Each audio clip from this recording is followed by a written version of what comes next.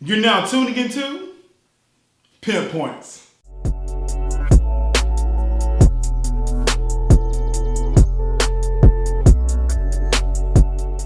In this series of Pimp Points, we're focusing on the pimping methodology.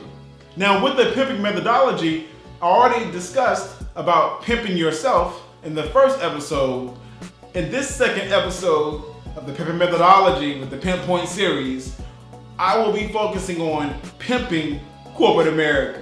And when it comes to Pimping Corporate America, it's actually about you upgrading yourself in order to upgrade Corporate America. So basically, it's a win-win situation with Corporate America and with you as the employee. In this episode of Pimping Corporate America, I want to focus on 3 pimp points. The first pimp point that I want to discuss is understanding how to utilize the resources that Corporate America provides at your disposal. Secondly, I want to talk about how you have to work smarter and harder. So it's not like the cliche of what you normally would hear of working smarter and not harder. It's actually both, working smarter and harder.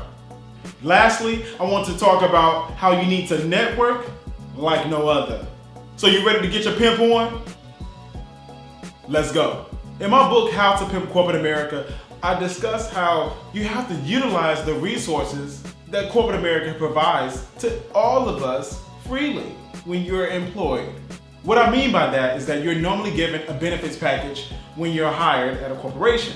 Now, in that benefits package, you have things like a 401k, you have profit sharing, medical benefits, all these great things that you're offered to take advantage of. One of the big things that I liked about a corporation is whenever they offer tuition reimbursement, because I'm all about learning and educating myself to get to the next level. Years ago, one company that I worked at, they offered 100% tuition reimbursement. So what I did was I was able to enroll in that program, get the money for that, pay for my schooling, and I didn't have to deal with student loans. The thing I liked about it the most is that I was actually in the master's program, and I was at DeVry University. So if any one of you guys know about DeVry University, it's not cheap. The thing about it is that I was able to research what resources were out there, understand the benefits that I could actually attain, and then utilize the benefits that were offered for me so that I can excel in my career.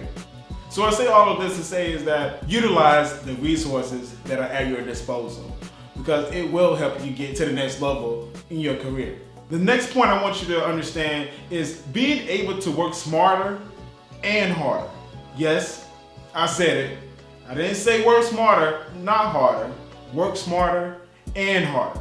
You have to think about it like this. If you really want to get somewhere in life, you got to put in the extra work and the extra effort to achieve your career goals.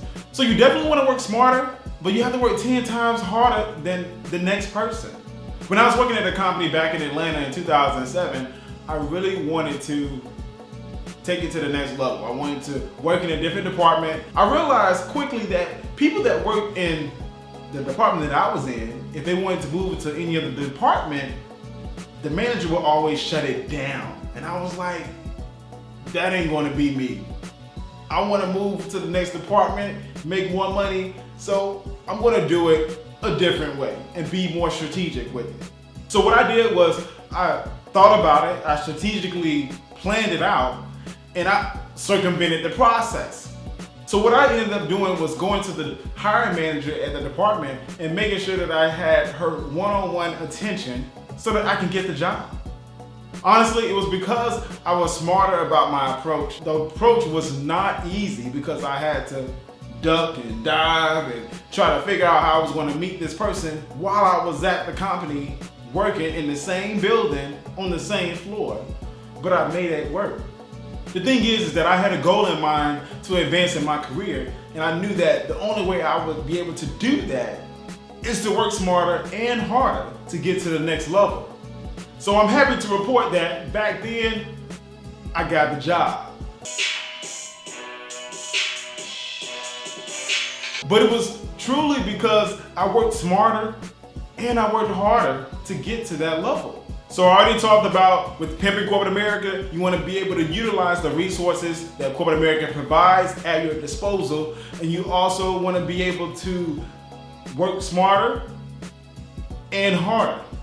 The last pimp point that I want to discuss is networking like no other. And what I mean by that is learning from people that have done exactly what you're trying to do and they became successful with their careers. I'll give you an example. When I was living in Atlanta, they had a lot of networking events that I went to, and I really enjoyed them and I got a lot of value from them. But I got the most value when I would talk to people that were in an industry that I wanted to work in. When I would talk with these industry professionals, I took notes. I took mental notes on what I needed to change in my career, what I needed to change in my life, certain habits, so that I can pimp corporate America. When I did this over and over again, I would see myself getting an increase in my pay, but also in my expertise, in my career. In this episode, we focused on Pimping Corporate America. We talked about 3 specific points. The first point is realizing that resources are at your disposal in corporate America. Secondly, work smarter and harder. And lastly, networking like no other. If you take heed to my advice, you're on the right track to Pimping Corporate America. Thank you for tuning into Pimp Points.